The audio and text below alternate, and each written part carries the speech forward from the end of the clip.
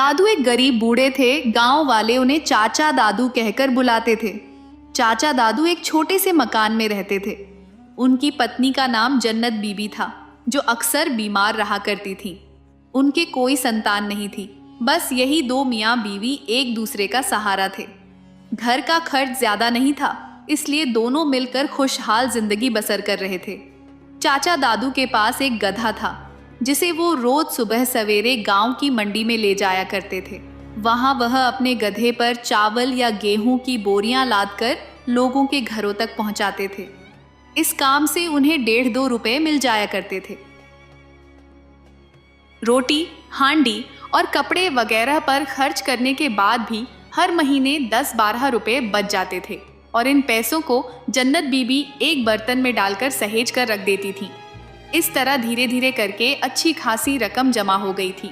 चाचा दादू की ख्वाहिश थी कि इस जमा की गई रकम से एक और गधा खरीद लें, ताकि अगर कभी पहला गधा बीमार पड़ जाए तो दूसरे गधे से काम लिया जा सके।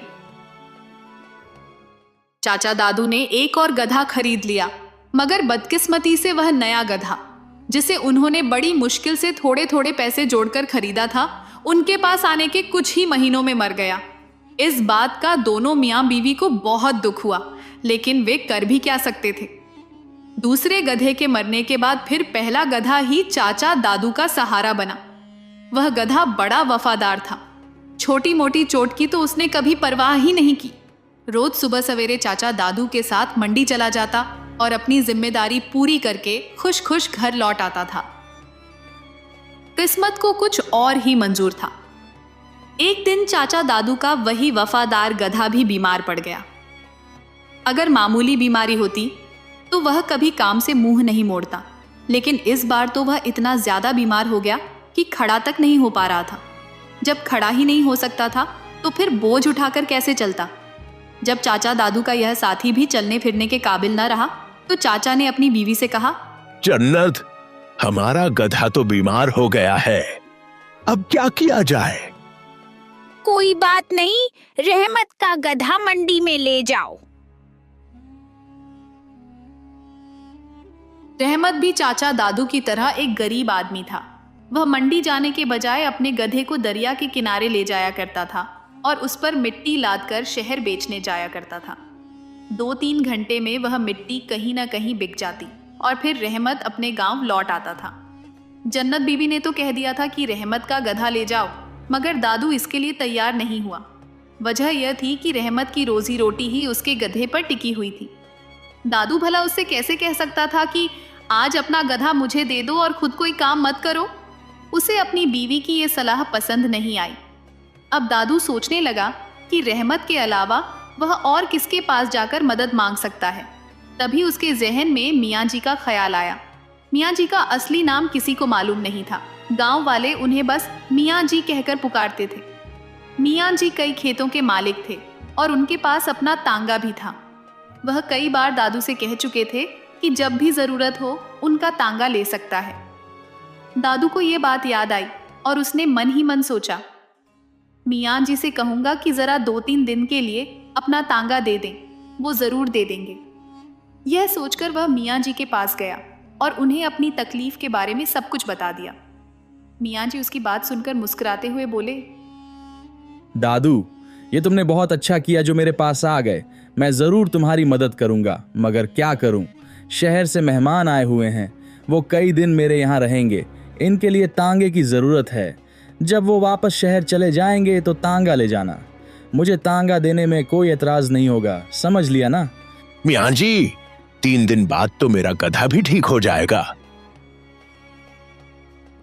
मियाँ जी चुप हो गए और कुछ नहीं बोले।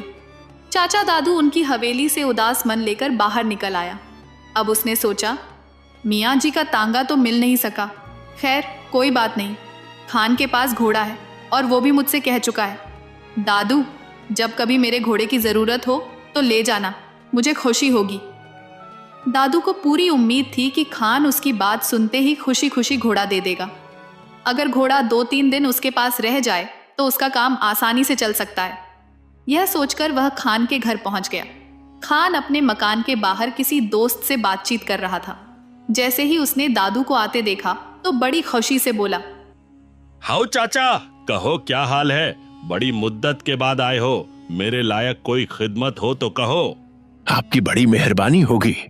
मेरा गधा बीमार हो गया है, 1-2 दिन के लिए अपना घोड़ा दे दीजिए। जरूर जरूर, ये घोड़ा मेरा नहीं तुम्हारा अपना है। जितने दिन चाहो अपने यहाँ रखो, मुझे इससे बड़ी खुशी होगी। मगर चाचा, बात यह है कि मेरे घोड़े के टखने में मोच आ गई है, जिससे वो ठीक तरह से चल नहीं सकता। फिक्र की कोई बात नहीं, 2-4 दिन तक ठीक हो जाएगा।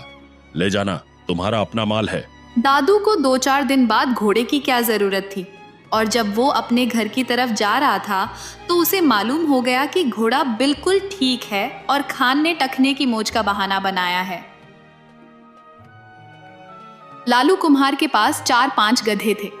दादू ने लालू से भी एक गधा मांगा, मगर लालू ने यह कहकर उसे टाल दिया कि उसके सारे गधे उसके भाई ने अपने ईंटों के ठेके पर मंगा लिए हैं। अगर ऐसा नहीं होता तो वह जरूर उसे अपना एक गधा दे देता। लालू कुम्हार ने भी उसे मायूस कर दिया था। दादू घर में आए तो बीवी ने पूछा, क्यों, क्या बात है? न तांगा लेकर आए हो और न घोड़ा।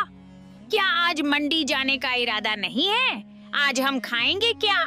दादू ने उसे सारी बात बता दी और यह भी बताया कि वह मियां जी और खान के अलावा लालू कुम्हार के पास भी गया था, लेकिन उसने भी मदद नहीं की। वह घर में बेकार नहीं बैठ सकता था, क्योंकि जो पैसे उसने जमा किए थे वे नए गधे को खरीदने में ही खर्च हो गए थे और वह गधा मर गया था। अब तो यही होता था कि रोज जो कुछ भी वह कमा कर लाता था उससे घर का खर्च चलता था। अब घर का खर्च कैसे पूरा होगा? अब सिर्फ एक ही रास्ता बाकी रह गया है। वो क्या है? मैं मंडी जाऊंगा और अपने कंधे पर बोरियां उठाकर पैसे कमाऊंगा। उसकी बीवी ने उसकी बात का विरोध किया। वह सोचती थी कि एक बूढ़ा आदमी कैसे बोझ उठाकर लोगों के घरों तक पहुंच सकता है। उसने कहा, नहीं, मैं तुम्हें ऐसा नहीं करने दूंगी। बूढ़े आदमी हो, बहुत कमजोर हो, भला बोरी उठाकर चल सकते हो? ऐसा बिल्कुल नहीं हो सकता। तो आज खाएंगे क्या? हम गांव में रहते हैं, किसी जंगल में तो नहीं रहते। किसी से कुछ रुपए उधार मांग लेती हूँ। उधार मांगने में क्या हर्ज है? दादू को उधार लेना पसंद नहीं था। उसने कभी किसी से उधार नहीं मांगा था और न ही अपनी बीवी को किसी से उधार मांगने की अनुमति दी थी। इसलिए बीवी उसे रोकती रही, लेकिन वह घर से बाहर जाने लगा।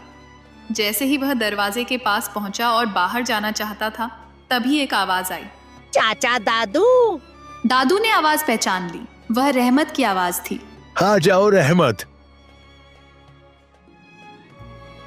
रहमत अंदर आ गया और रुपये के 2 नोट दादू की तरफ बढ़ाने लगा। यह क्या है?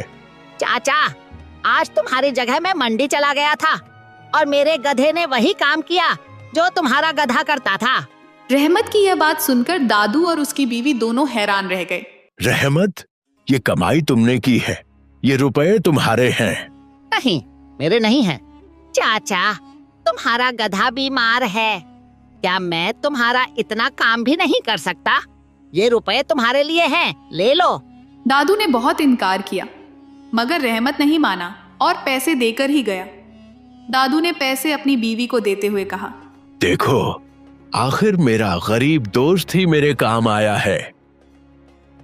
अगर आपने अब तक जीरो टून्स का ऑफिशियल यूट्यूब चैनल सब्सक्राइब नहीं किया है तो अभी सब्सक्राइब करें और दिलचस्प और बेहतरीन एनिमेटेड कहानियों का लुत्फ उठाएं।